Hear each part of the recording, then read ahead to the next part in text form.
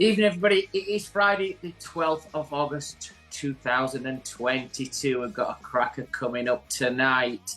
After me and Gaz have took you through the news, we've got Anthony Hutton, who was a 2005 Big Brother winner. Anthony's going to be joining us from Darlington. And before we start that, we're going to go down to Bude and interview a really good friend of mine who's celebrating 35 years in business, Mr. Colin Danks. That's all coming up tonight on episode 90. Nearly 10 million views. We're on his way. Tonight's show is fetched to you by the Wahl Barber Trial with a retro chrome finish that feels as good in the hand and looks as good as it does on your workstation.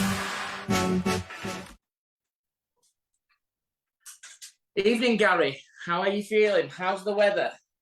Hot and sweaty, as they'd say. It's just hot and sweaty. Good morning, Vietnam. I've seen Robin Williams. The weather today is going to be hot and sweaty all round. So, yeah. I thought, is he wearing his hideous shirt and tie and waistcoat in 45 degrees? And were you? Yeah. We have to keep standards. We have to keep standards up, mate, in our situation. You know, that's what people expect.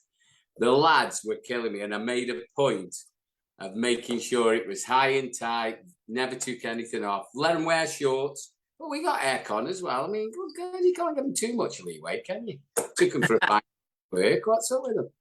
But I'll tell you what, this week it has been such a cracker. We'll speak about it in a bit. But I have not. It's been red hot in Kent.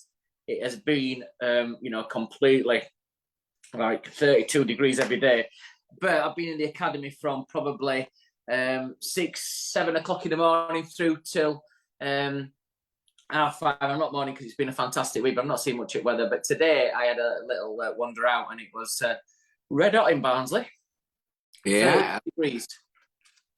Well, I mean, it hasn't been as hot as Kent, I don't think, but we've hit 31, 32 today. It said that, when you go on your weather, it said it feels like 33. It was hotter than Spain today. It's been hotter than Gran Canaria. It's been, it's unbelievable, really. But apparently, I mean, you'll testify to this, down south, they've got no grass. It's all burnt off. It just looks like grey slate.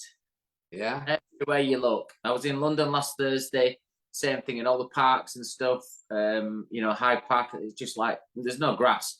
Same in Kent, our grounds around Wahl, the estate manager Martin, the grounds are beautiful and we have gardeners there that do it, but there's no grass. It's just all grey. What a great thing. I just have to mention Richie and Xavier from Bikers Ride. If you look on Facebook, you'll see last night they finished their tour this year for Make-A-Wish Foundation. There's still time to pledge some money across to those guys. I think they've raised over £85,000 since they've been doing it. But last night, Gary, about 10 to 4, we had 30 Harley Davidsons and BSAs and Triumphs all pull into the Wahl car park. We got a guard of honour, so everybody came out the building and clapped him in.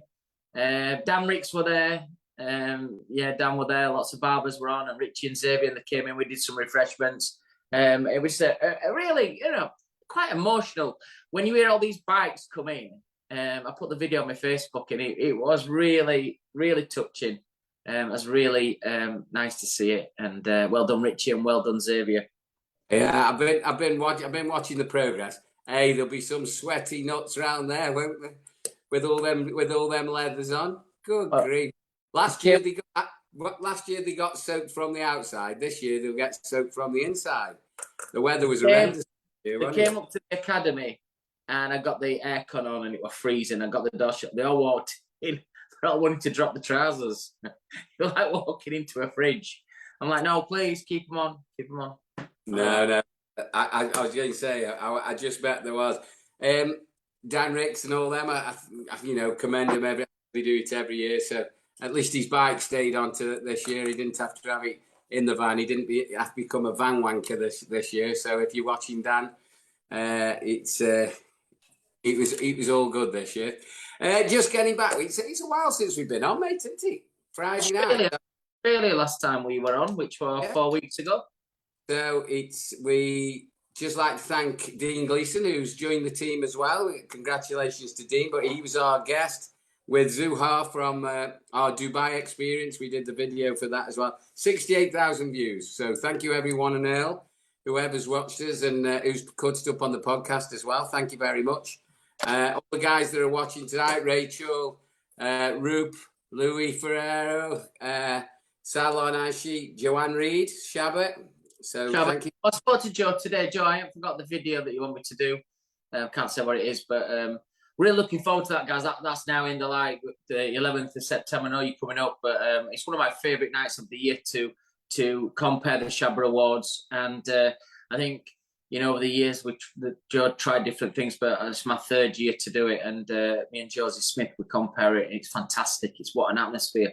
I think she was telling me she'd sold over like 800 tickets, maybe 900 tickets for the event.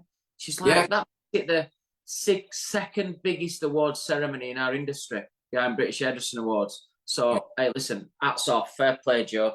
And I think she'll carry on growing it. I just think it'll keep on getting bigger and bigger and bigger. The hunger up in Scotland and the atmosphere is electric. So I'm really looking forward to that. I've had a bit of stick this week, guys, I have to say, and I'm going to clear it up. And I know there's not lots of people watch it live, it's for afterwards, but I put a post out. We signed Dean Gleeson a couple of weeks ago, and I put it out this week. Signed, sealed, and delivered. Great acquisition to the Wahl team. Not as an ambassador now. Dean's moved up to a full pro contract. One of those things. I wanted to move quick for him. There's a few people sniffing around, but he made a pledge to us. It weren't about money. It weren't about anything else. He just wanted to be part of the team. But we've been working very hard trying to cultivate one individual who we've been trying to get over the line for 8 months. And I proposed that with a shirt and the signing contract ready. So we've got a big signing announcement tomorrow.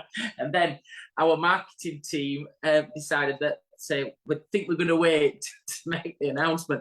People have been texting me saying, I bet you're making an announcement. We did actually get him over the line on Wednesday, but all things will be revealed coming up towards Salon International, which promises to be our biggest statement yet at Salon. We are going full barrels, balls like King Kong at Salon this year. So, guys, if you come in, if you've not got your tickets, get your tickets to Salon International. We've got a biggie coming, and a massive announcement just before Salon will be to announce a new creative who is one of the biggest names in British hairdressing. I can't get too much away, but it is a biggie, and I am so excited to get this individual over the line. Guys, coming up on the 16th of September, for the first time on Barbers Arms, we've got a bloody takeover. Me and Gaz have got a night off, and we've got the Fellowship for British Hairdressing. We'll be taking over Barbers Arms, and Mr. Ken Picton, who is the finance director at the Fellowship, and Carolina Saunders, the Chancellor. They will be hosting a Fellowship takeover. We don't know who the guests are yet. They're keeping that a little bit of a secret. We'll get that a little bit nearer the time. But we will be going over to London and letting the Fellowship take over Barbers Arms for one evening only, which will be on the 16th of September. So get that in your diaries. That'll be good, that, guys. Yeah. And have a beer while we're watching. Yeah, it's good as well because, something different. People see the other side. I mean, obviously, Ken's ex-president as well, so he's got a lot to say. He'll dish the dirt. He'll tell us who does what on the Fellowship. So we're going to put him under pressure and see who does what on the Fellowship. Great lineup today. As you said earlier, when you put that post out, Rachel goes to me. She says, "You must know, who is it?" I goes, "I don't know." I said, "I haven't got a clue who it is." She goes, "He's winding everybody up. He hasn't even put anything on. Phone him up, give him some stick." And I go, well, I played out with our marketing team, and we're working with a consultancy agent as well. But it's going to be worth waiting for. And as I say, I've waited. I've been negotiating since January. But he's been international creative director for big organisations, and it's going to be. You jumped the gun, didn't you? You jumped the gun. That's what it was. Premature. And you know all about that. Yes, you're right. Coming on tonight, a friend of mine, one of the original Wahl artistic team, going back all of those years, back in 2000 when I started the artistic team, probably 98, 99. One of the first ones that we got on board with us. I was lucky enough as well. He was lucky enough to travel with me to a few places. I've got some cracking stories to tell you tonight. One in particular in Amsterdam with some space cake that will come out. And a very a very big moment. Was it monumental? What's it called? Monumentous moment in South Africa, where Flick and Smack to music was invented with Eminem. 2 Trailer Park Girls go around the outside, and that's how Flick and Smack to music was invented in South Africa, and we smashed it down there. But Colin Danks will be joining us at 8:15. And then we have a Big Brother winner, 2005 Big Brother winner, Anthony Hutton, who after his couple of years of stardom, after winning Big Brother, which is obviously a big challenge in itself, threw his hat into barbering. So we're going to find out about Anthony, his barbershop, his bar, and his academy. And see Anthony at some events and things, and he's always comes over and charming, and he says I make him laugh a lot. So let's try and continue that tonight. So yeah, it's a cracker, guys, tonight. I'm really looking forward to it. I think Danks has celebrated 35 years in business. Yeah, I didn't realise he was that old. I was doing me. In his photograph. Yeah, I do my due diligence though, and doing a little bit of digging on both guests, and I didn't realise that. Anyway, before we go on, we just get a few bits out of the way before we crack on with the show. We've got a few beers as well to enjoy while we're doing this. I was going to do a big jug of cocktail tonight as well, but I think we'll stick to the beer. It's hot and sweaty, so it's a cider moment tonight. Just another quick one. Well done to the ladies' official national team. They did it. They did the Germans. They finally brought it home. So that's fantastic news for us. It feels like everything was so far away since we last did the last show. Football season started, as you said, Barbie Ride, that's gone on. The season's back. The football season's back. Obviously, you've got a close connection with the son. She's son being a professional footballer, so they are back. Is he off his injury now? Is he all right now? I'm going with him tomorrow to watch his team tomorrow at Manchester. But it's a sellout. I think they've sold all the tickets for tomorrow. So look, FC United's fantastic stadium. Fans are fantastic. I hope they get off to a cracker. But he was doing so well in pre-season. Got injured against Donny Rovers. Not even a tackle. He just went through the defence, and as he were on goal, he just slipped, and they sprinkled the grass before, but it's a new laid turf. And it was wet but hard underneath, and his blades have got stuck, and his ankle's gone one way and his body's gone the other. So we just thought it was just like an innocuous. He just twisted his ankle, but he's kind of like really tweaked his ligaments. But he told me on Thursday that the physios had him out doing some exercises. Should be running next week. Once you start running, you're a couple of weeks away from contact. So 6 weeks, but 6 weeks, you play Saturday, Tuesday, Saturday. A week is 3 games. Yeah. So potentially he could miss 6 to 8 games at season, as it seems, just in these next 3 weeks. So yeah, but luckily, hopefully, we're halfway over we wish him all the best. You were near us as well. You were at Macclesfield. You was playing at Macclesfield. Yeah, Macclesfield. If you'd have told me, I'd have come over and had a pint with you. Anyway, just getting on from that, the beers that we're going to showcase today. We've got 3 lovely ciders for you tonight. I think you've got some of them there. Family firm, Thatchers, all the way from down south, as usual, So we've got over 118 years experience, 4 generations. They love the job. They live the cider. They bought some new ones out. So we're doing Thatchers Haze tonight.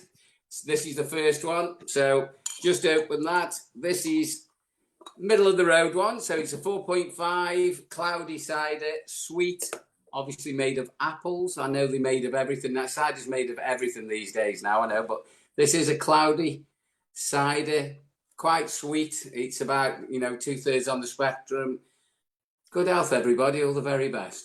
Oh, it's nice. It's refreshing.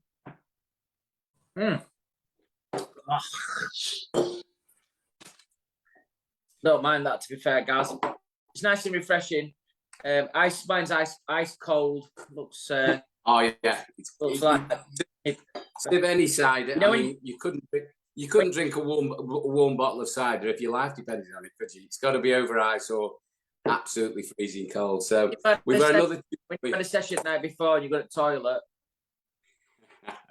Well, I like cider in this weather. You know me, I'm a bitter man. I'm a bass man. Father Times t-shirts, guys. The new ones in pink, looking good.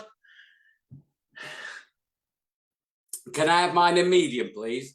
Yes, of course. I'll get you medium to small coming over. Thank I do you. them. Right, it's quarter past. I think it is Mr. Colin Danks. Yes. So I'm going to pull him into the Barbers' Arms car park. Down in Bude. He's not from Bude originally. He's from the West Country, the Black Country as it's called. He's a big Wolverhamptons fan. As I said to you all at the top of the show, Colin was one of the first people in the new revolution of Wahl, going back 22 years, who joined me on many trips home and abroad, and was ever present at all the exhibitions that we used to do in the early days. But a great guy. We had some great times together. We'll talk about some of those times now. Without further ado, let's get down to Bude and welcome the main man himself, Mr. Colin Danks. Hey, all right, guys. Danksy, you okay, son? Yeah, good mate, good mate. Sweltering in the heat down here in Bude. Well, you dress the part. You look like one of the fucking Beach Boys. Exactly. Yeah, that's what I am these days, Beach Boy. Do you know what, Colin? I was going to put mine on as well, but I know how he moans so much. He's like the fashion police he is. When you go away with him, you share a room. He's like, you're not putting that on, are you? I said, yeah. He's a tosser sometimes, isn't he? I tell you. Anyway, Colin, it's an absolute pleasure to have you on the show. Pleasure to be here, boys. I can see you're in the salon already. Have you not been home at all? Have you just carried on straight through, finished work and carried on and stayed there? Yeah. Brought a change of clothes with me. Yeah, cracked on. It's been a bit manic today.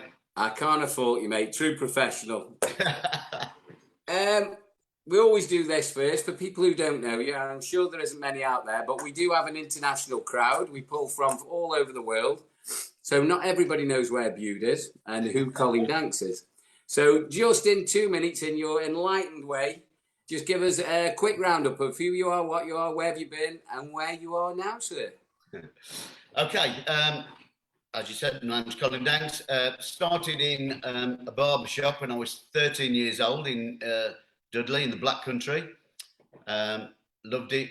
Carried on, skipped school for most of the next 2 years. Learnt my trade. Then made the decision to move down to Bude in Cornwall in 1988. Done that, started my own business, grew the businesses, had 2 or 3 salons at one stage. We're now trying to cut back. I was one of the first people to start doing men's educational videos back in the sort of early 90s. Got invited to join the Fellowship for British Hairdressing.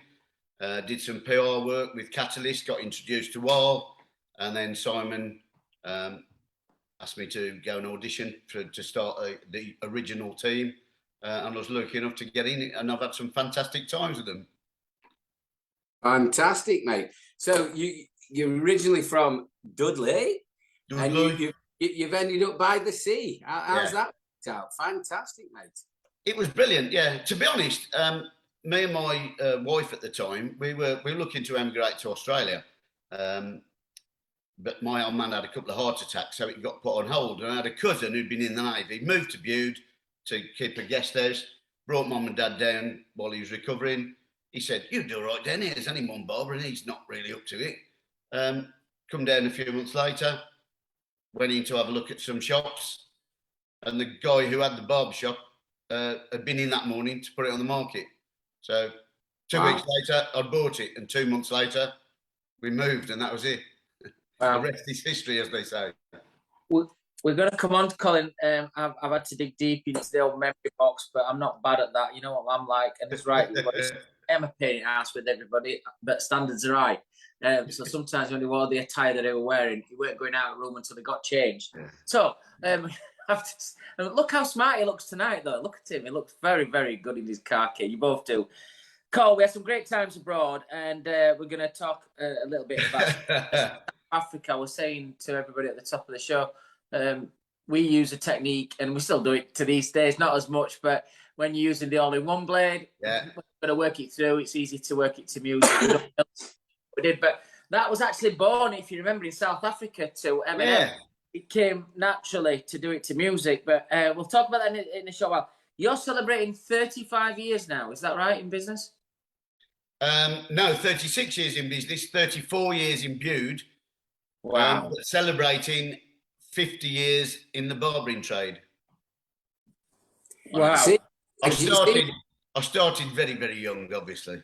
do you know what? When we before we come on, we have a little producers meeting. We have a little meeting, and I said, he can't be that old. He says he's been in the job 50 years. I said, I've been in 37. I goes, he can't have been in 50 years. So you're getting to that age where you can get your bus pass now, then, aren't you, Colin? Oh, it's approaching that, yeah. Not far off.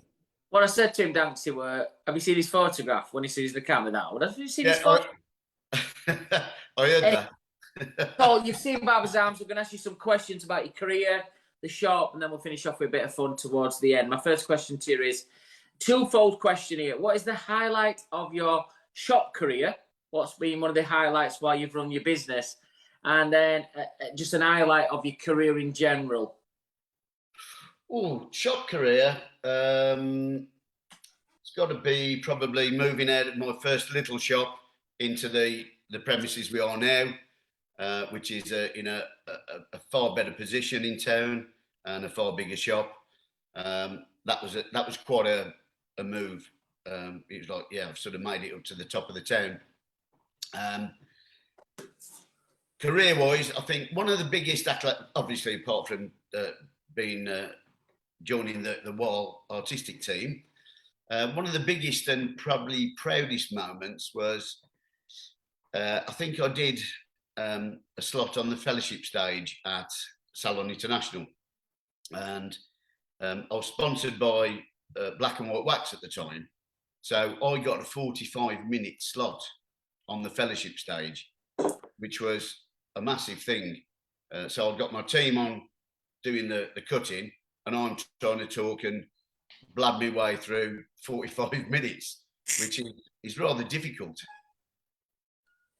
Do you know what? You are showing your age now, because there's not many of us that'll know what black and white is. Yeah, true. And for a lot of barbers out there, you didn't have to do much hair cutting because you could never get it out.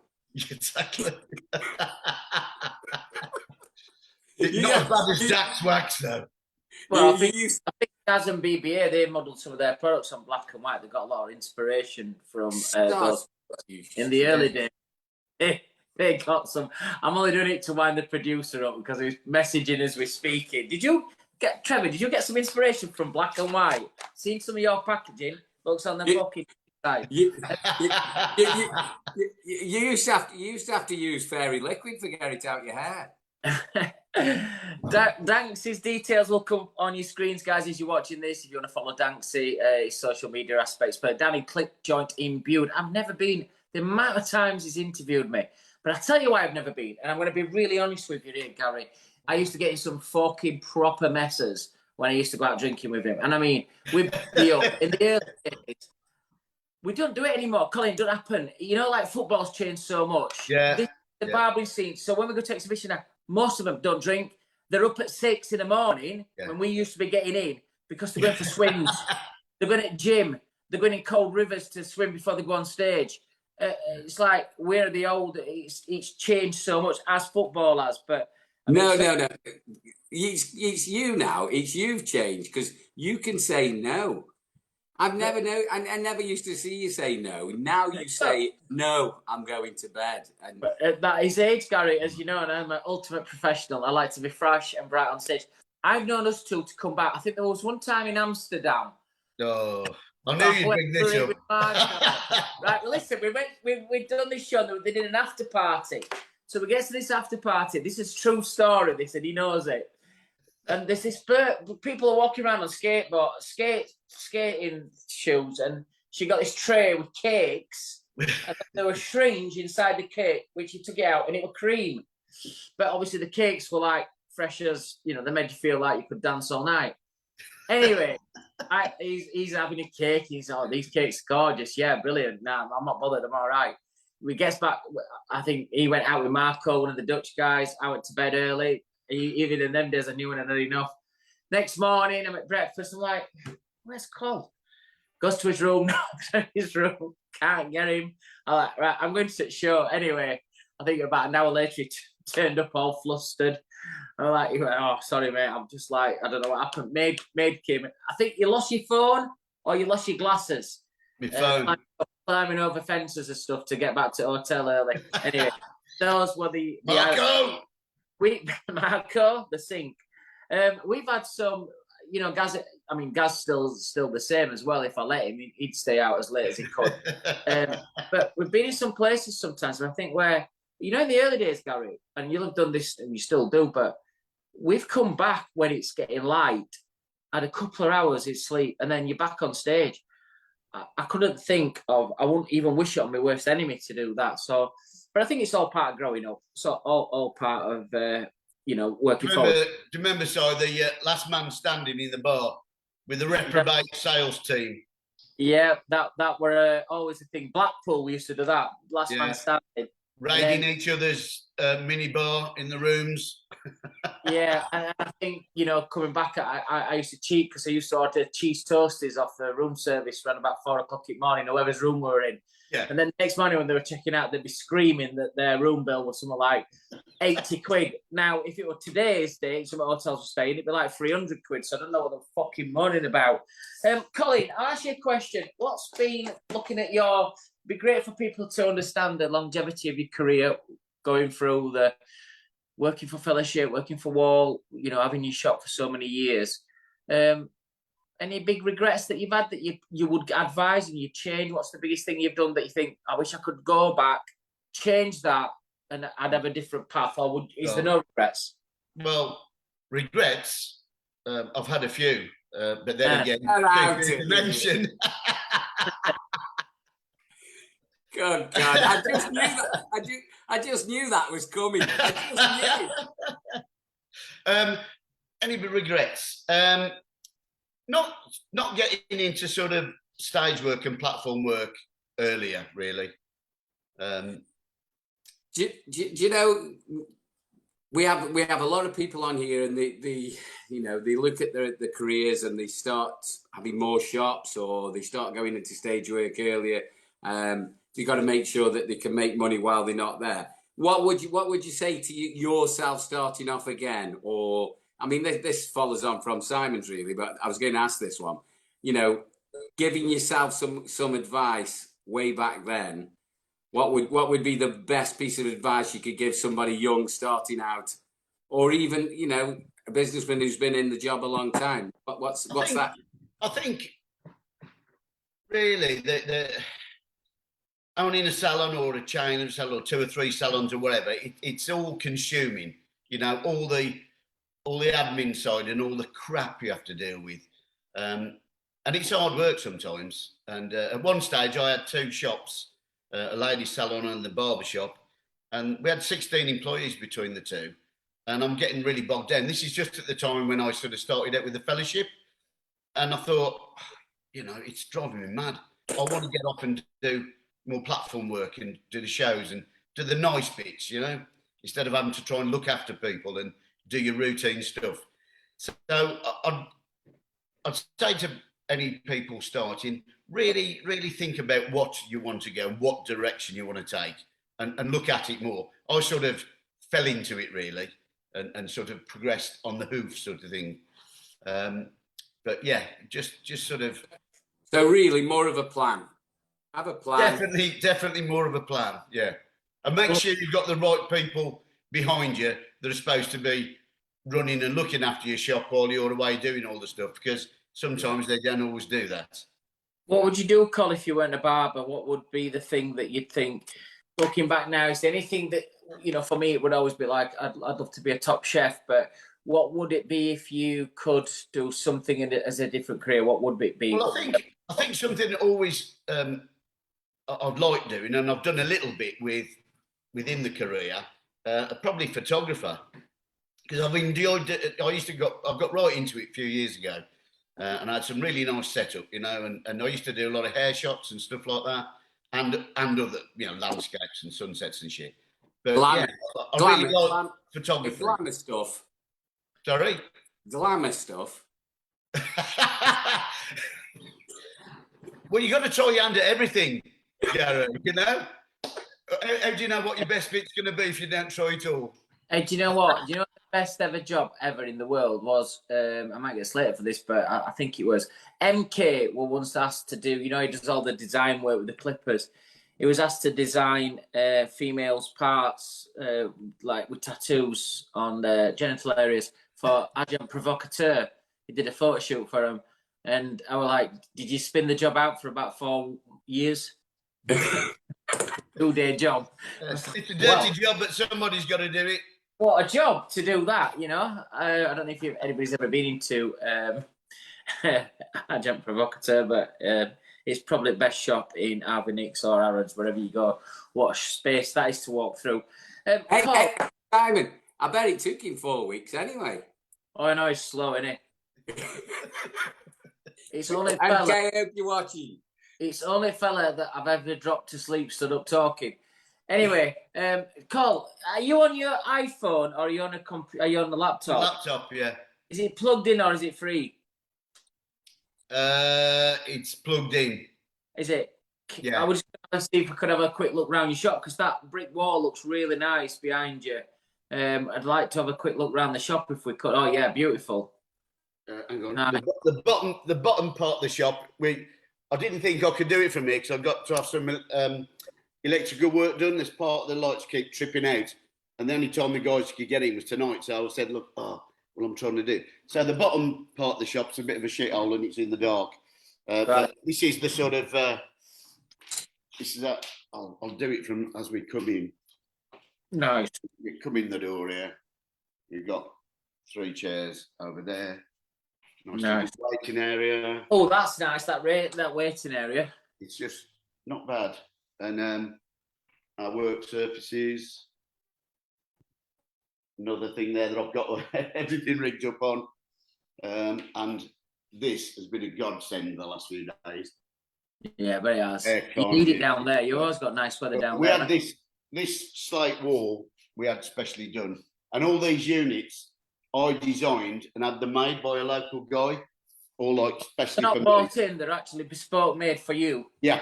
Nice. Designed. Yeah. So you got your like little intricacies, whatever you know. What were like, not. You look at people's designs, and we've got some beautiful drawers in, but there's too many drawers. I'd have said instead of these little drawers, just put one big open door. And let's have shelves in. You know, so you designed it yourself then. Yeah.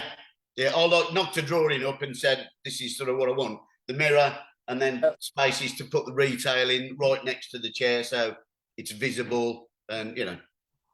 What's go on, Gaz. Do you know years ago, can you remember a bar called Old Bar One? Mm. Do you remember him years ago? I walked in a bar once and there was one called Jar Bar which took over and I did exactly the same and it's very, very similar to yours. And I said to the joiner, come here, we need to go for a pint. And I took him for a pint and said, that's how I want the salon. And we did exactly the same, but it was in the same wood, the weights, marble tops and everything. And when you like something, don't you? It's great. So yeah, well, I wanted it to be functional, you know, and I wanted that every work station is the same. So, no, that's where I work. No, you can work in any of them because they're all identical. The clippers are hooked in the same place. The dryer's in the same place. You've got your station to lay your scissors and combs and stuff, and you've got your retail. We're exactly the same. Before we move on to your drink, Cole, and find out what's Gaz's next drink, what's your favourite clipper? What's your go-to that you can't live without? I love the centenary one, but saying that, I like the weight in it. I like that it's got a bit of weight in it. You know, I love it. But I am just about to order some new cordless legends. I want to have a go with them. Yeah, they're nice. Do I still get the same discount? Yeah, of course you do. You should tell me some freebies. With the legends, you've always got the difference between them is the extended tapering arm.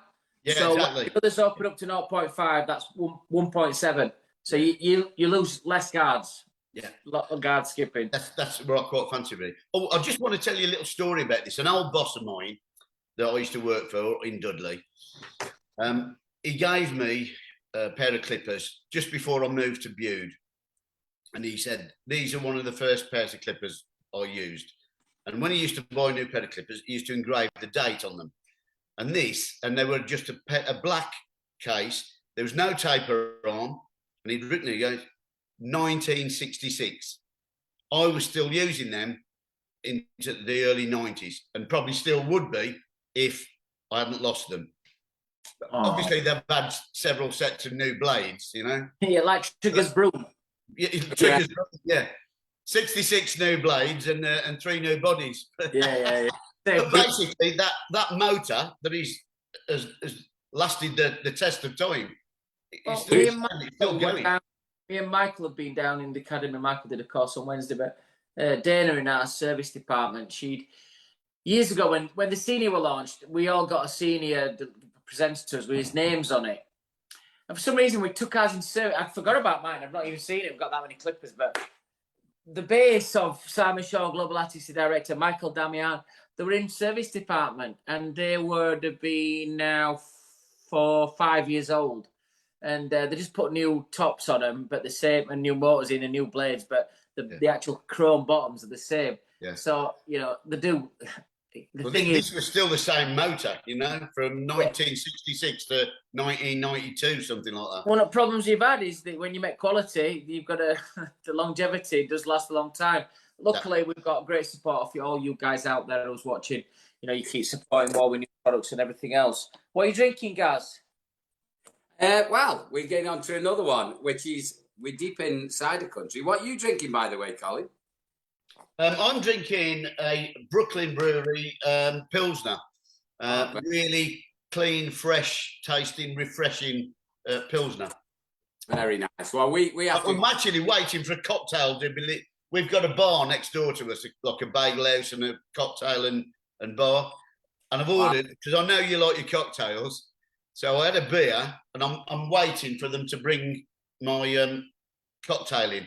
And I thought, because I'm getting on a bit, I'll have an old-fashioned. I'm waiting for it to be delivered. One of my favourites, that is. Right, so Simon, you've got to crack open your gold now. So this is Thatchers Gold. So we're drinking 4.8 smooth golden dry cider. This one is. So we're going to this one. A Thatchers Gold.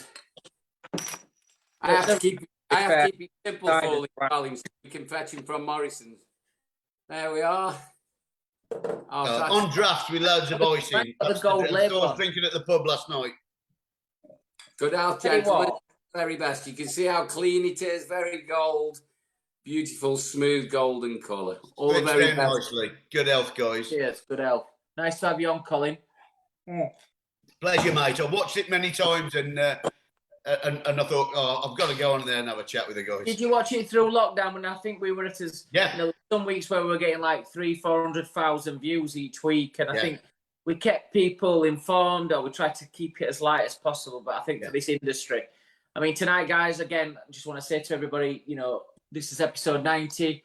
We've had over 9.5 million views. And, hopefully this year we'll finish off on 100 episodes and hopefully over 10 million views. But over lockdown, I think it saved me and Gaz. So we don't know if we've been told, but I think it helped everybody else. It did. It was, when we started watching that, we're all locked down. We don't know what to do. We can't do what we normally do. And to just relate to each other in the industry was brilliant. You guys hit on a great formula. And it's still working. It's still working now. So well done, guys.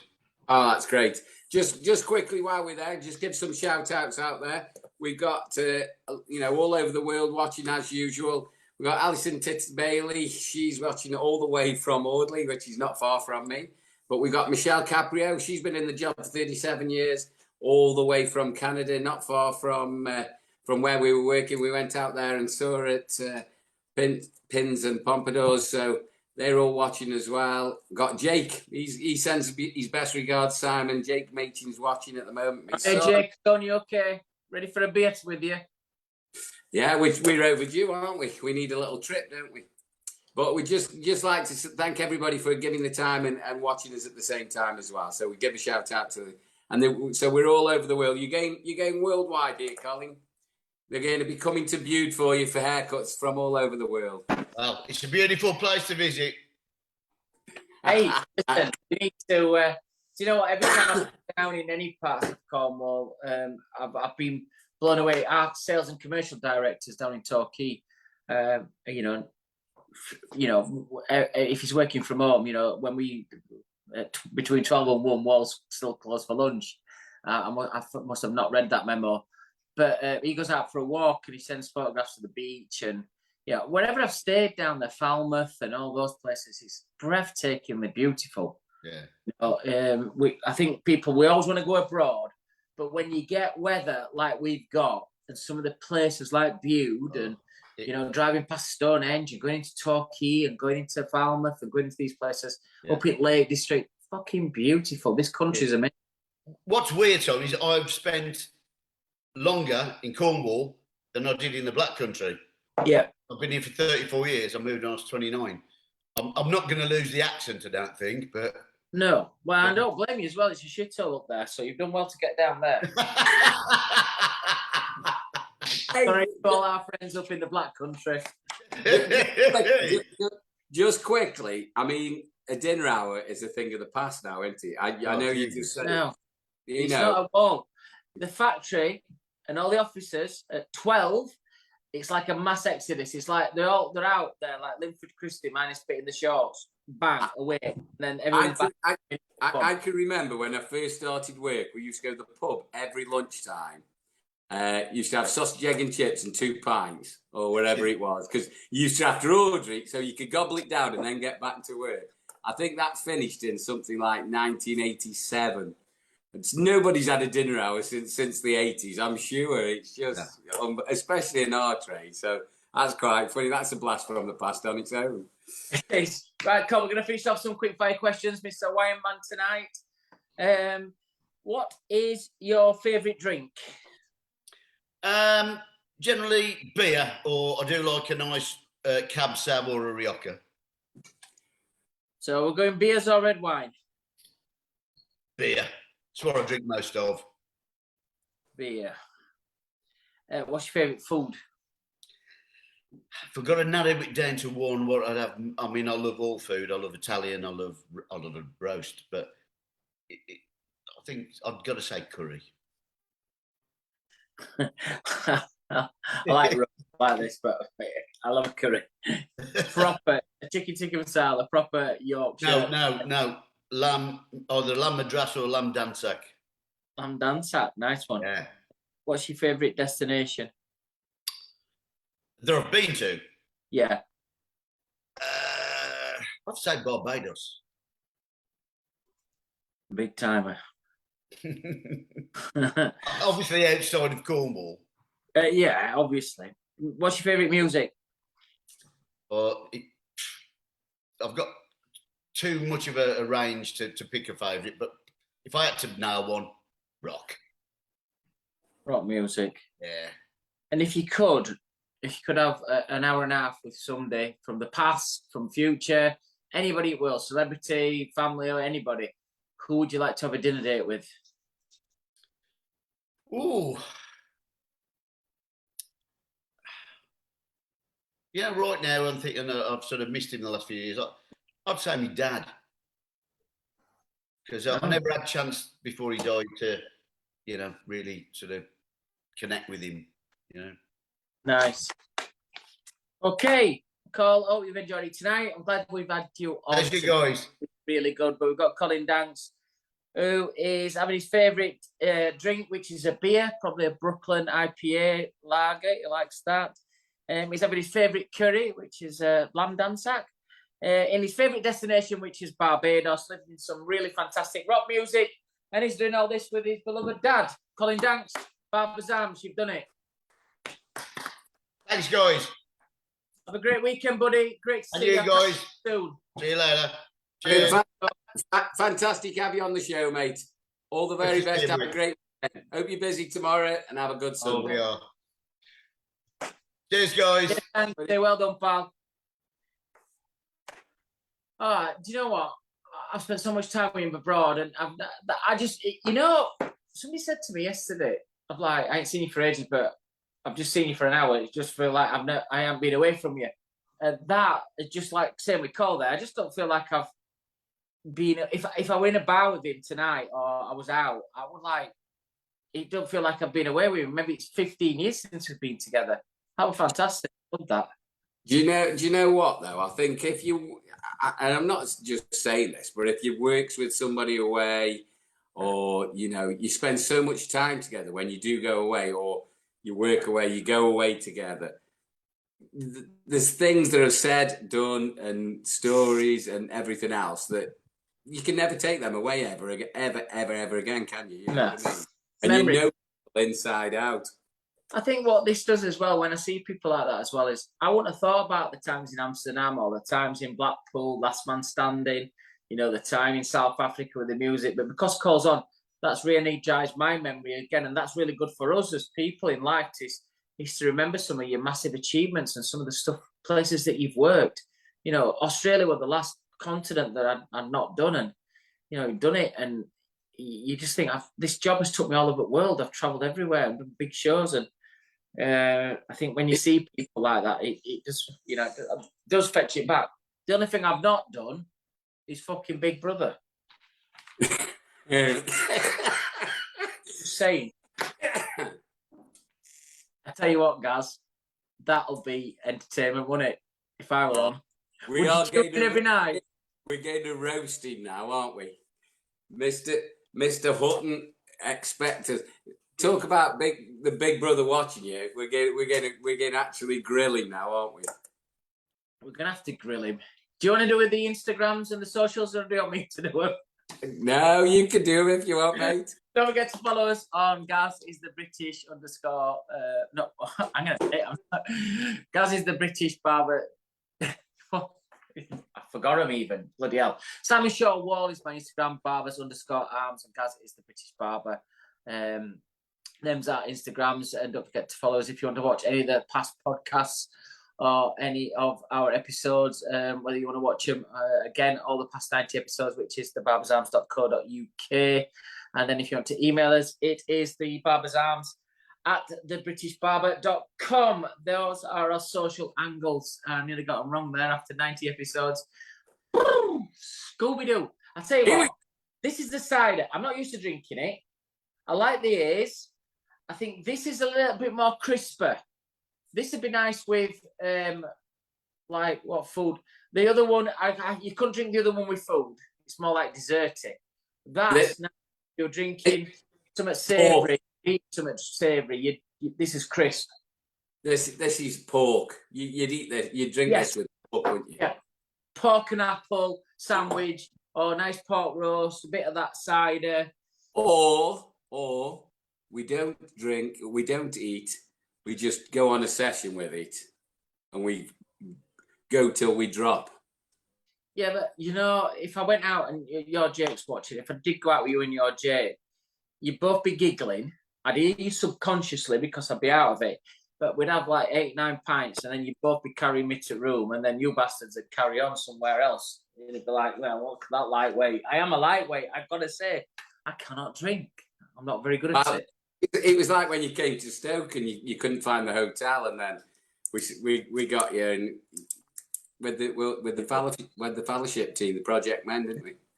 We had a couple down on Monday. Looking forward to seeing all my Project Men team for the fellowship. On Monday, we've got something coming up for the fellowship as well. I'd like to congratulate the new Project Men sponsors, which is Mataki Scissors. They're our Project Men scissor sponsor. We've also got Captain Fawcett, who is the Project Men wet products sponsor. We've got Mood Colour, who is the Project Men's colour partner, and Wahl doing the electrical partnership for Project Men. It's the first time, Gary, that any of the projects have had individual sponsors. Project Men over 2 years has now become from the obsolete project to the #1 project within the fellowship. So it's been a turnaround. I wouldn't expect anything more, anything less with you at the helm anyway. So it's nice, and I want everybody to be like, from our industry, from the barbering industry in particular, the fellowship is predominantly hairdressing. Guys, I've done you one. I've actually knocked it out of the park. I've smashed it. From being a poor relation project where people started it, couldn't finish it, didn't do the dates, it's now become the main project, the most expensive project to be on, and the biggest sponsored project in the Fellowship for British Hairdressing. How do you like that one? How do you like your eggs? I've just served them up fucking beautiful for you. Coming up, we've got our next guest coming up who's pulling into the car park. Be intrigued to know a little bit about the Big Brother process, how it was in the house back in 2005. So we're going to have to ask him to go back 15 years and then fast forward how his career turned into barbering from his success of Big Brother. But I'd like to know the transition period after you win Big Brother, what happens, your flavour of the month, and how do you then cope with it when you're not, and then getting your head around putting it yourself into a good business as well. So we're going to, coming up very shortly, we're going to get Anthony Hutton on the show. Don't forget, on the 16th of September, we have the Fellowship Takeover. Fellowship for British Hairdressing will be taking over Barbers' Arms here in the Arms, direct live from London. There will be Ken Picton and Carolina Saunders will be taking over from me and Gary, and they'll be having guests from the hairdressing and barbering industry that they'll be interviewing. It's a Fellowship Takeover for one night only. Don't miss that. Put that in your diaries for the 16th of September. Tonight's show has been fetched to you by the Wahl Barber Dryer that looks as good in your hand as it does on the workstation. Fantastic chrome finish, and it's one of the best, if not the best, barber dryer in the industry. Love it. Just while you're on that, and we just plug in, can we just say everybody in China at the moment, we've got a stand and we're on the main stage. 7th of September, the VBA will be in China. So we're in Guangzhou, and we are being one of the main. Lin is presenting at Barber China. So we're very glad to be there. Unfortunately, we can't. I can't be there, but we will be doing a presentation at Guangzhou on the 7th of September. So fantastic news there. Hopefully things are getting better. It's a result, if you want to be honest with you. Have you been to China? Hey, I've never been to China, so I need to go to China. So do not say anything. Don't say anything about China. Shanghai, I've been to Ningbo. People are fantastic, packed out audiences, so organised, so supercharged, a super force as well. They are so in front of so many other places as well. The way they do stuff is super organised. But from a food point of view, you do struggle all week a little bit because things are still moving about and still alive and still swimming. Yeah, but the thing is, I don't suffer from. I've been to Asia. I've been to Thailand and the scorpions and the spiders and all that. So hey, do you fancy, Trevor? I know you're listening. Do you fancy? I'm going out to Bangkok on the 17th of October for a week. If you fancy, I'm working out there, but if you guys fancy having a Barbers' Arms reunion, or we could do a Barbers' Arms live from Bangkok. It sounds good. We might be in America then, but we'll have a look. We'll have a little look at it. So we'll have to. We'll have to see. Bangkok. I think you'll have a great time. What a great city that is, by the way. So we're all set. Okay, let's move across. Then we're going to shoot up to Darlington from Bude. The Barbers' Arms Express is arriving here up in Darlington, and we're going to go across to a young man who I've met a few times when I've been comparing what else. It's absolutely fantastic watching things here, and winning Big Brother, which obviously I know so many of our viewers home and abroad watch Big Brother. Anthony was the winner in 2005. Tonight we're going to talk to him about his transition from celebrity winner of Big Brother to then moving into barbering, and he's on the camera. Without further ado, let's shoot up to the man himself, Mr. Anthony Hutton.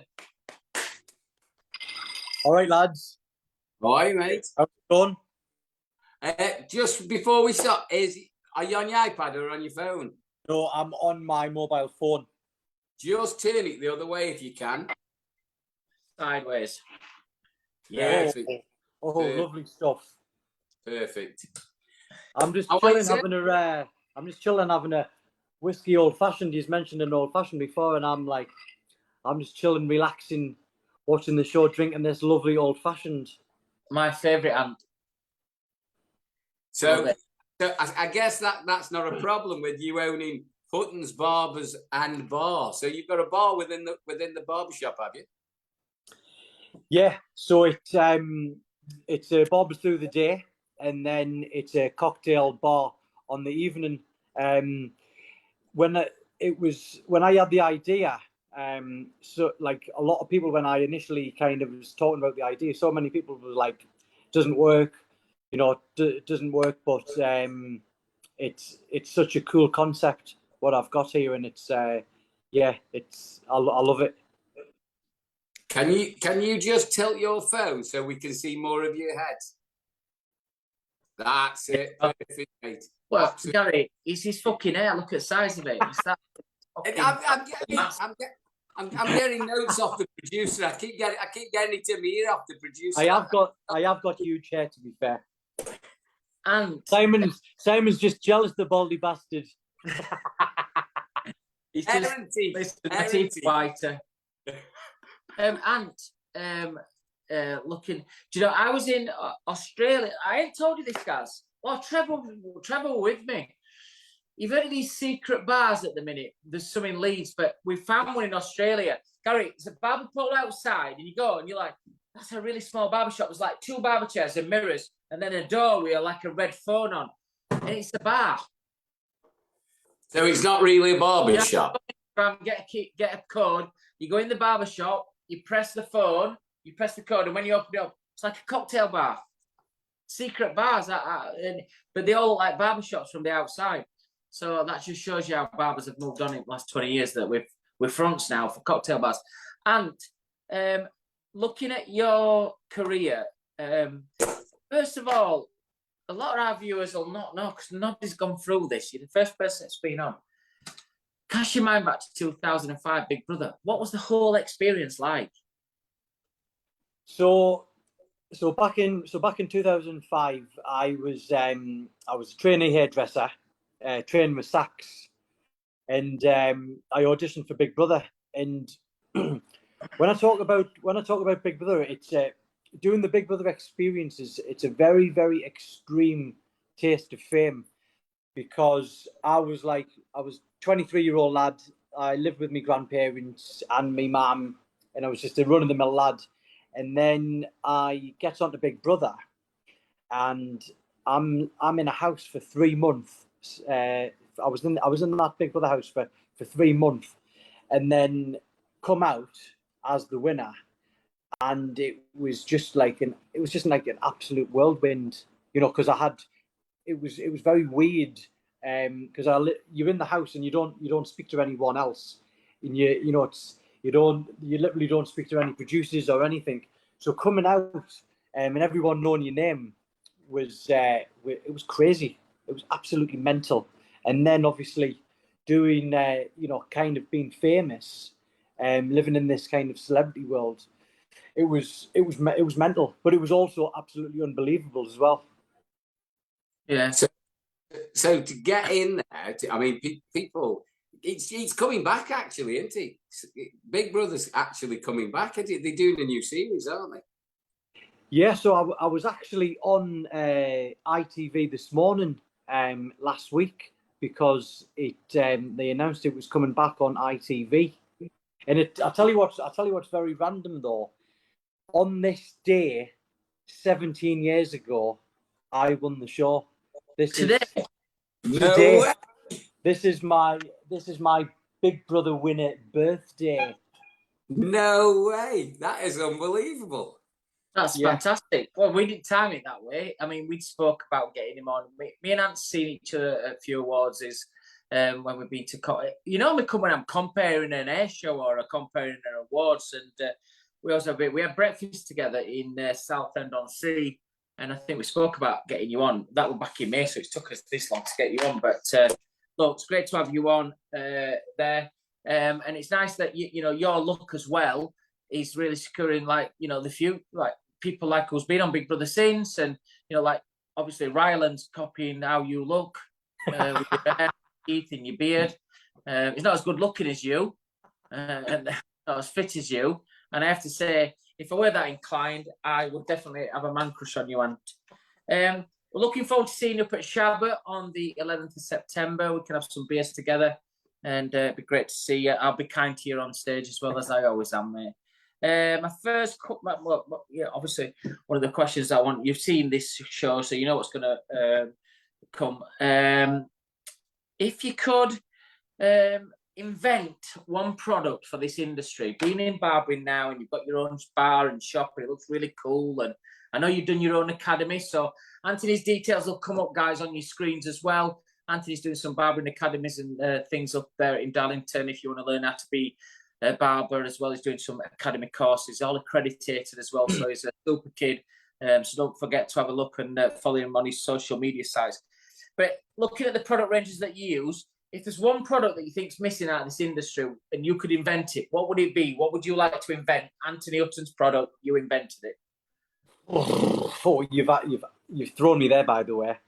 That's what it's about. It's a hard one, that one, because there's so many good products out there now. Is there anything that you look and think, I'm missing something here? If I just got like a magic brush or a comb or a clipper or an air dryer or a wet product. A decent clipper.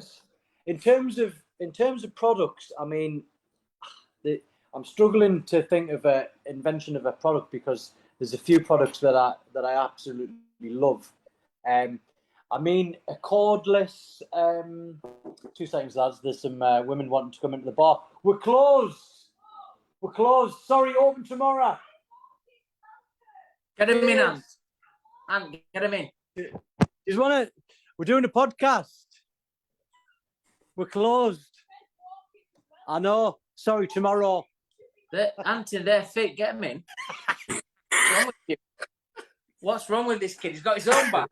Look how good looking he is. There's birds knocking on the door. He's going, we're closed. I'm talking to these 2 fat kids on Barber's Arms. Sorry, I can't do it. There's something wrong with you. I need to educate you. I need to come up and spend some time with you. For God's sake. Hey, so is there anything that you invent? A cordless hairdryer. A cordless hairdryer. Does that exist? I think they've fetched them out in past, but they've been too heavy because I hate wires. But I think it's something that I think could come out in future. Cordless hairdryer, yeah. I think it's something that could have. The best I've got. Some salons used to have them hanging from the ceiling, didn't they? Instead of being plugged in and all that, but it still never worked. Did it? It was. I like that. You know where they used to pull things down on a wire. Yeah. So, you know when you're in bars now and you see all the ropes with the lights on, it's all come back. You know, you imagine being in a barber shop where you pulled your clipper down on one of them wires and used it. I mean, we're all into cordless stuff and lithium battery stuff, but just from a retro look point of view, I think it'd be super cool. Anthony, just I know you got into the barbershop and you were a trainee hairdresser. What made you push on into the barbershop rather than hairdressing? That's my first question. And then your academy. I know you're committed to education. How's that work for you as well? Well, I think when I was a lad, I was a closet hairdresser barber from a very young age, because getting a haircut was always such a massive deal to me. I absolutely loved the hairdressing barbering experience, and so back when I was a lad, the cool place to get a haircut was the hair salon. I was going to Tony and Guy. The barbershops weren't like the standard of barbering really wasn't there.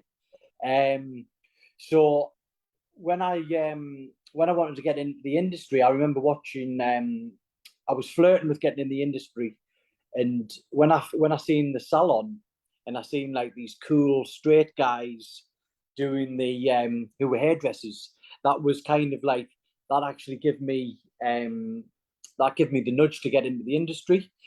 And then when I was like a hairdresser, pretty much all the female hairdressers, they always shied away from doing the lads' hair, and I was all over it.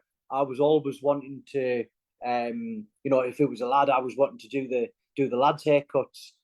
And then obviously just with the just with the barber industry growing and growing, and my passion was always leaning towards doing the gents side, the gents side of the industry.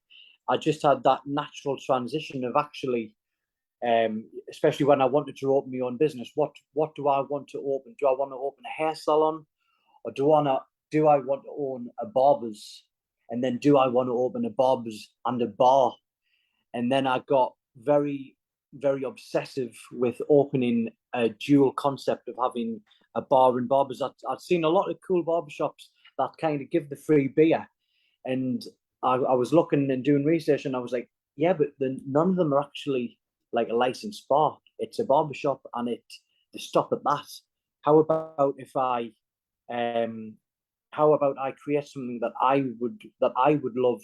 And I always remember seeing an advert, and it was a Carlsberg advert of Carlsberg done barbershops, and I remember thinking that's the concept that I want. And the advert was basically this guy walking into a barbershop, and then it turned into a cool bar, and that just, like I said, I was obsessive with that, and I was like, how cool was that? And so yeah, it was just a natural transition really into getting into the gents side of things. I love, more than anything, I love talking shit with men on a daily basis.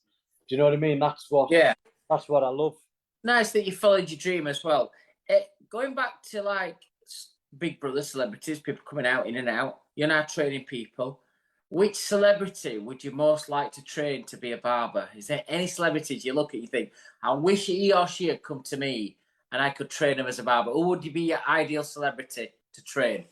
You know what? I've got a picture on me wall in me barbershop area, and it's a picture of David Beckham, and it's a quote mark saying, "I always wanted to be a hairdresser." And I'm 40-year-old, so I grew up in an era of following Beck's. He's following his hairstyles. I pretty much got my sleeve tattooed because of Beckham. So I think Beckham. I think I'd like to train Beckham. That's fantastic. Well, he's done a lot for the industry, if nothing else, hasn't he? Not being in the industry, but he's changed the styles, hasn't he? Oh, he's changed the game for men's fashion and men's style in general. I mean, tattoos used to be, stereotyped as thuggish, really, and then when Beckham got it done, it instantly done a U-turn and became super cool. I think I was asked. I was with some really like top hairdressers, and Robbie Eaton, Andrew Barton, Josh Wood, Chris Moody, and one of the questions around the table was asked is like, who's been the biggest icon that's influenced the industry? And for me, I said in my question, David Beckham. For the industry, the amount of style, when he's had an haircut, the amount of kids that followed that went into barbershops said, I want my haircut like that. He has done so much for the barbering industry, men's hairdressing, like you said, tattooing, fashion.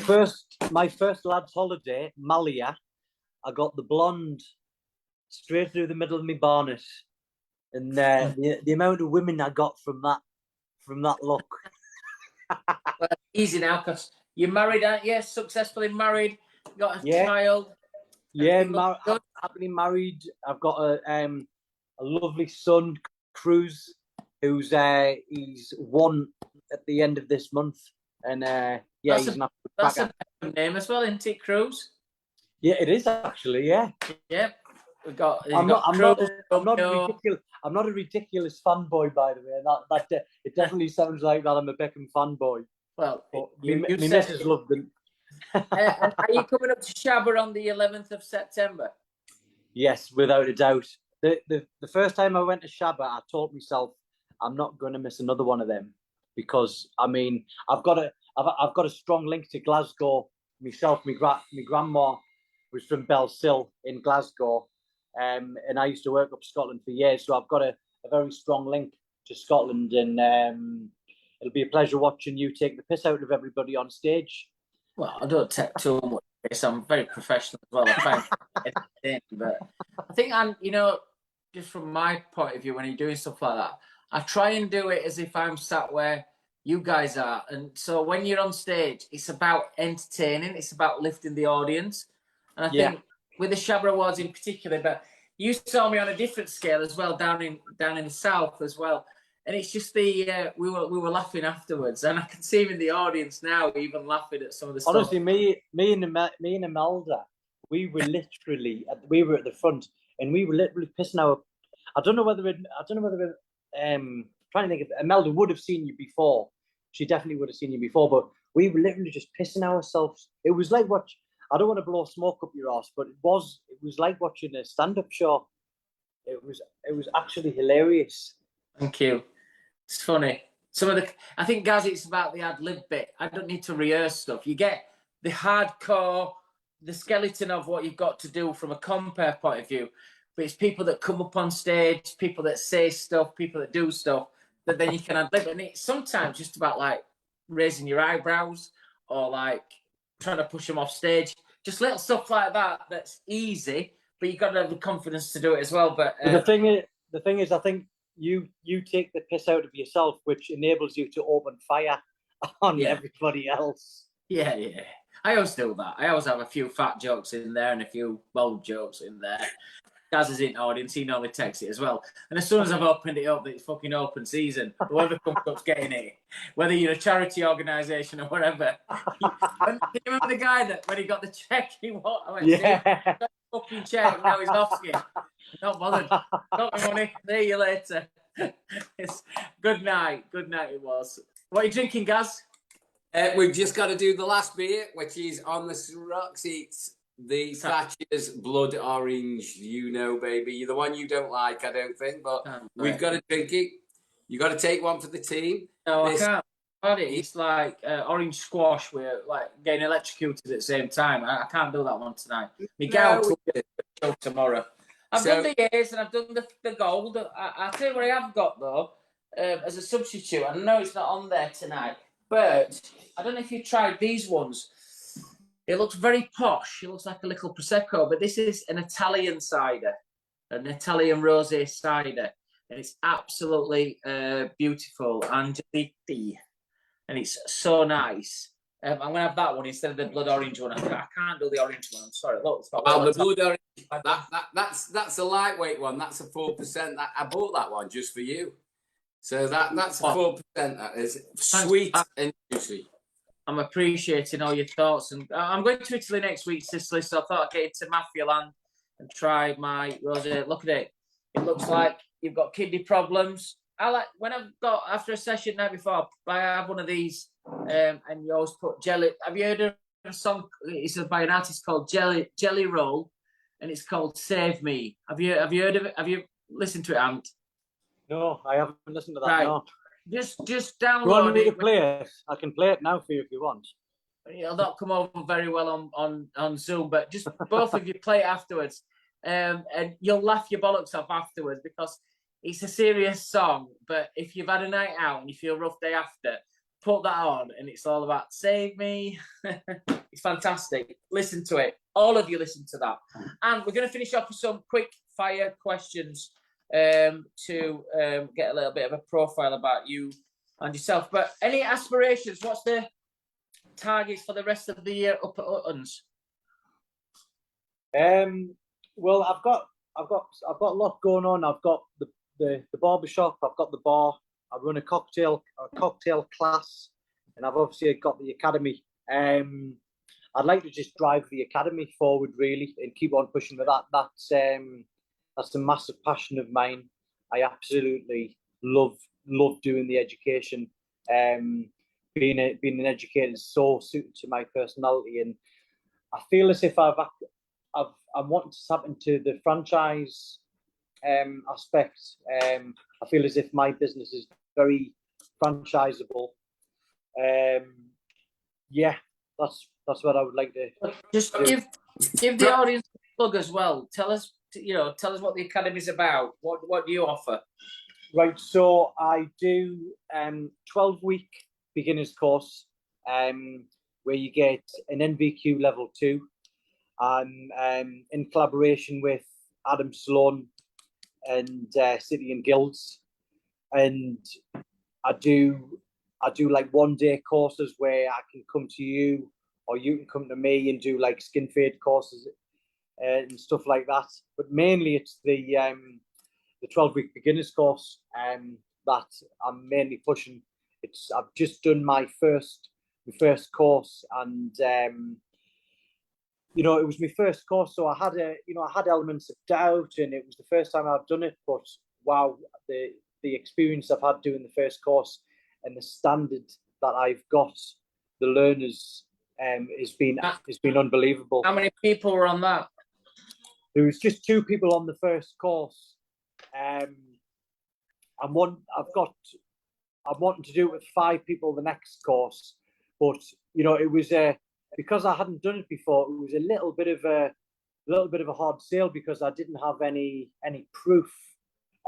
So I got 2 people signed up for it, and I just decided to push on with that. But with having 2 people, because the standard that I was able to get them, because they pretty much had one-on-one tutoring, was amazing. And now the 2 lads that done the course are renting chairs off me at my shop now.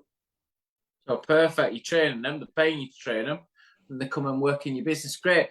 Are they full time then for 12 weeks, or is that just 1 day a week, 2 day a week? So I've found doing it Monday, Tuesday, Wednesday, 3 days a week works, because it enables people to still have a part-time job and still make a living.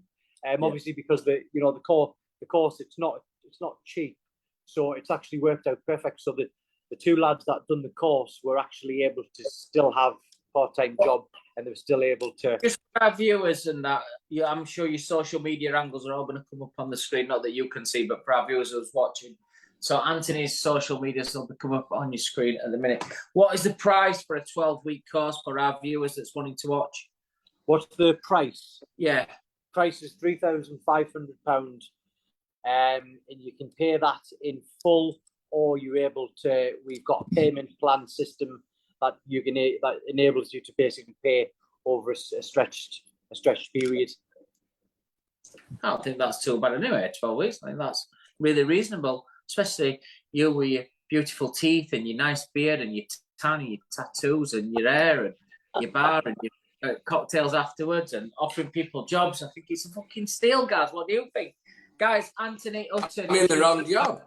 Anthony Academy, he's doing something different up there in Darlington. If you fancy being a barber, if you fancy going up there Monday, Tuesday, Wednesday, or wherever you sort out with him, you can still keep your job, still earn a bit of dough while you're doing it, and then have a fantastic career in barbering, a great pioneer. So well done, mate. I'm glad you're doing that. We'll see you at Shabba on the 11th. We'll have a beer together.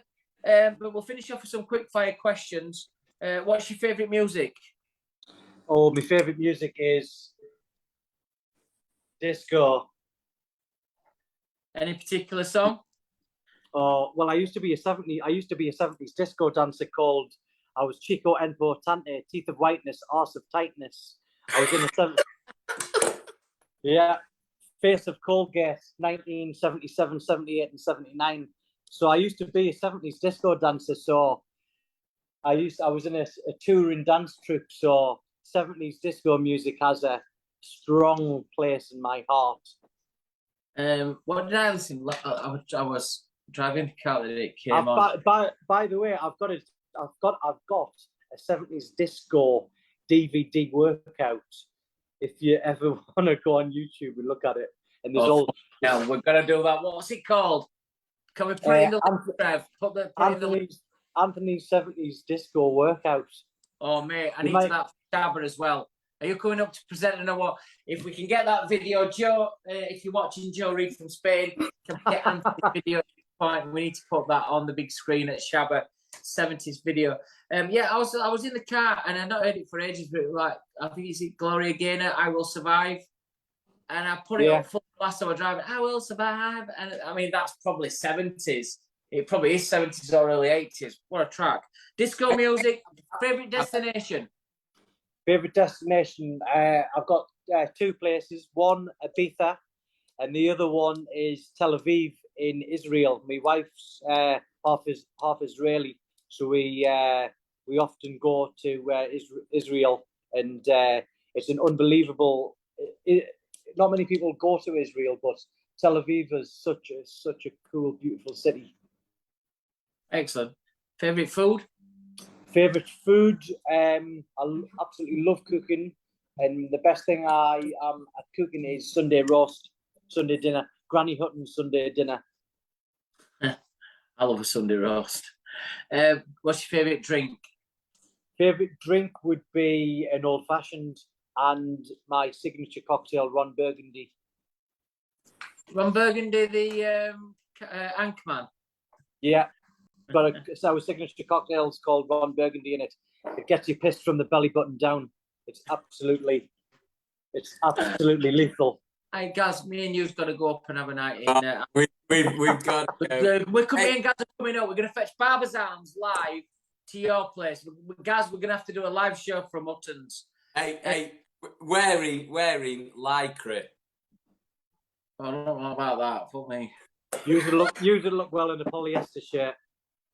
Fucking polyester. If you could have an ideal dinner date from the past, somebody back from the past, any celebrity, any family, forward, back, fetching people back, who would you like an ideal dinner date with? Oh God, I'm a huge boxing fan, so I would have to say Muhammad Ali. I think he was a fascinating character. Okay, it's been a pleasure, mate, to interview you. I knew it would be. I think you've got a great business up there. I'm really pleased that you're doing well with your academy. Guys, again, as well, if you're watching this show tonight, if you're watching it live, even abroad as well, if you fancy doing a 12-week barber course up at Anthony Hutton's Barbers up in Darlington, then all these details will be in the links down below. Don't forget to follow me, Simon Shaw. Wahl, Gaz is the British Barber. Barbers_arms, them are our Instagram accounts. For all our last podcasts, all 89 before tonight, this is episode 90, 9 million views. It is the barbersarms.co.uk, and if you want to email us, it's barbersarms@thebritishbarber.com. We've got Anthony Hutton, who's listening to his favourite 70s disco music, and he's got his own video playing in the background. Who can say that? He's in his favourite destination, which is Tel Aviv, with his beautiful missus. His food, he'd be having his Sunday roast, which is his favourite dinner. He's drinking his old fashioned, and he's doing all this with a very unbelievable, the only one, the greatest, Muhammad Ali. Anthony Hutton, you've been Barbed Arms. Lads, thank you so much for having me. It's been an absolute pleasure. Thank you so much. Anthony, we are definitely coming up, mate. Definitely. Hey, anytime. You are first on the list for our outside broadcast, mate. Ron Burgundy's ready for you. Mate, I'll see you on the 11th in Scotland. Top man. See you later, buddy. Lads. Well done, mate. Good luck. Cheers, lads. Thank you. Guys, brilliant. Well, great company tonight. I mean, it's 9:25. It seems 2 minutes since we started.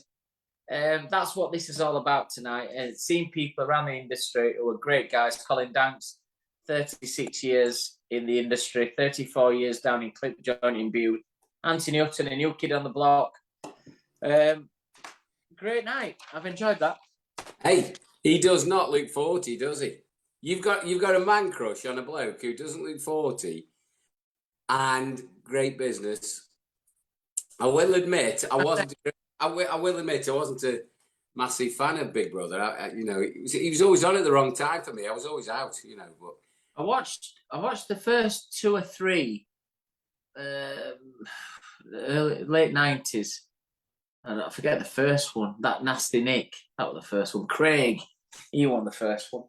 I've watched it since, and I'm actually, not that I'm going to do it, but I'm not going to do the workout just to get some material to take piss out of him on stage. But I'm going to watch the Anthony Hutton 70s disco keep fit thing, and I'm going to watch that, mate. Get some nice material. But the thing is, he was in a travelling band as well, a travelling disco dancing band. Well, the guys up on your screens now, you will see the YouTube link. If you want to link in and watch Anthony's 70s video, you can do that. And if you want to watch, maybe we could get our producer Trevor, who was also in a boy band in the 90s. If we could put that link up as well and watch Trevor with his top off and some of the antics. Yeah, you fuck off as well. Got some of the antics that he got up to. We'll find that link. We'll find that link. And put it up. We'll put that one up of Trevor. Yeah, great night. My aircon for some reason has switched off for some reason, guys, and I've been really cool all night, and now I'm just feeling a little bit of the heat. Great night here tonight on Barbers Arms, episode 90. Guys, we can't thank you enough. Wow, who'd have thought this in that bloody awful time in 2020? We started off. I had a phone call out of the blue. From Jackie and Trevor. We've got this idea to do this chat show. We're gonna fetch guests in. We'll make it nice and natural. This motherfucker across from me, is the easiest decision in my life to say yes, I'm in. It was the worst time not to do any presentation stuff, but to come on and do it with him for 90 episodes and 9 million views. And we don't invent them views, you do them all around the world. India, Australia, America, all across Europe, China, all of you, you've all played a massive part in making these views together. So we're going to march on to the big 100. Who knows what's going to happen after that? But thank you to our main sponsor, Wahl, and the British Barbers Association. Tonight's show's been fetched to you by the Wahl Barber Dryer. I'm not going to go through the spiel. It's shit up, guys. I use it all the time. It's chrome. It looks the business. It's powerful. Looks beautiful in your shop, and it does the business. Have a great weekend. I hope it's going to be nice and warm. Good luck to FC United tomorrow. I'm going to come and watch you with my son Alex. Gary, you have a fantastic weekend as well. I'll leave you with the final words, but from me, we'll see you all with the Fellowship Takeover on the 16th of September. Ken Picton, Carolina Saunders in the house. It's a Fellowship Takeover here on Barbers Arms. Gaz. Thank you very much, Mr. Simon Shaw. So, thank you very much, everybody, for watching. Just thank the last few people who've just come in. Alison Russo-Brown, thank you very much. She's just come in from work. I know it comes on at a certain time where we're usually at work. I always finish work early on a Friday, and, the lads give me a load of stick just to get home. So, thank you very much for everybody who's watched and who's given the time. It's been hot, hot, hot. It's going to be even hotter tomorrow. But there's rain coming next week. So make the most of the weekend, everybody. Hope you have all a fantastic and busy Saturday. Hopefully we'll have a relaxing, nice weather on the Sunday. Mr. Simon Shaw, thank you very much, sir, for being my partner in crime. We will try and get his video up of our producer, but he's very secretive. But thank you very much, Trevor Stud, for being in Australia, getting up at this ungodly hour. Thank you very much for watching.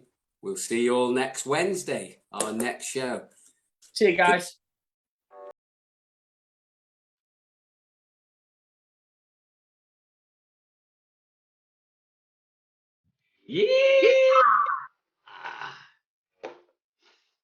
Yeah.